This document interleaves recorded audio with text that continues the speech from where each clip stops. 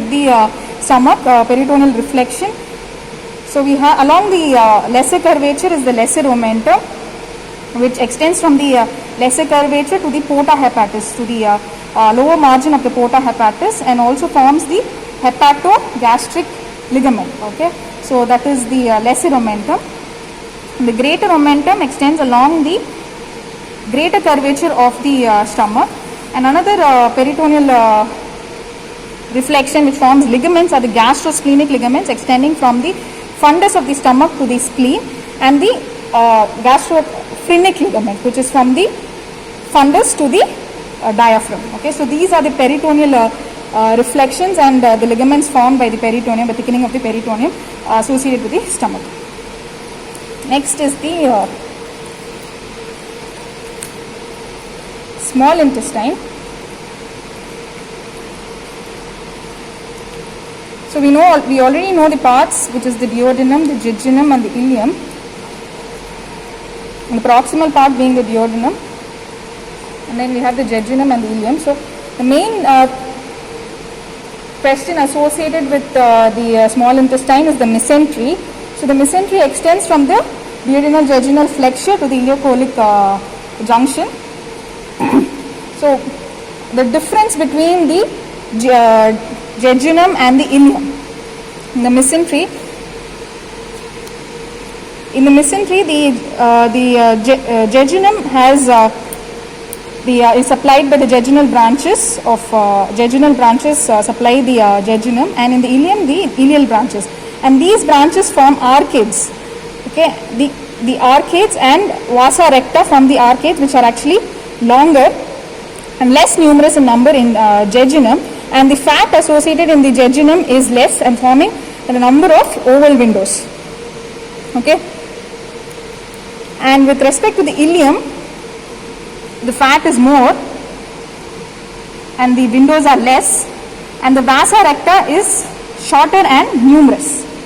Okay, so here in the jejunum you have less long vasa recta, and less fat forming windows, you can see. Whereas in the ileum it's rather hard to see because there's more fat and the vasa recta is numerous and close. So that is the prime difference of the mesentery associated with the ileum and the jejunum. Next is the large intestine.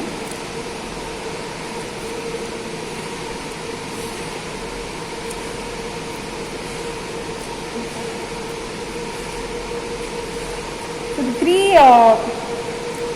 cardinal features of the large intestine is the first is the tinea coli. The tinea coli is formed because of the thin longitudinal muscle cord which forms three bands, ribbon-like bands, which along the ascending colon is anterior, posterolateral and posteromedial.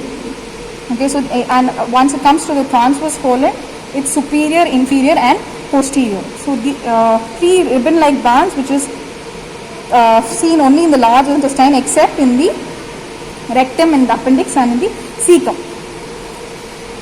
And the other feature is the saculations that you can see in the large intestine. That is because of the shorter tinea coli, which is shorter than the circular muscular cord, thereby leading to sacculation and constriction. And the third one, which is the fat or the lymphoid deposits, which is the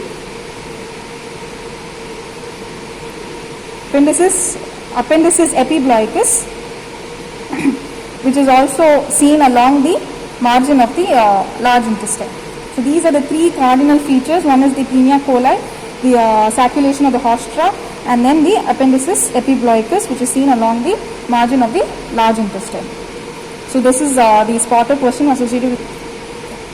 Okay, so and the another spotter question, which is the appendix. They tie the appendix and they ask you the common question, which is the retrocecal position. And that's it about the large intestine.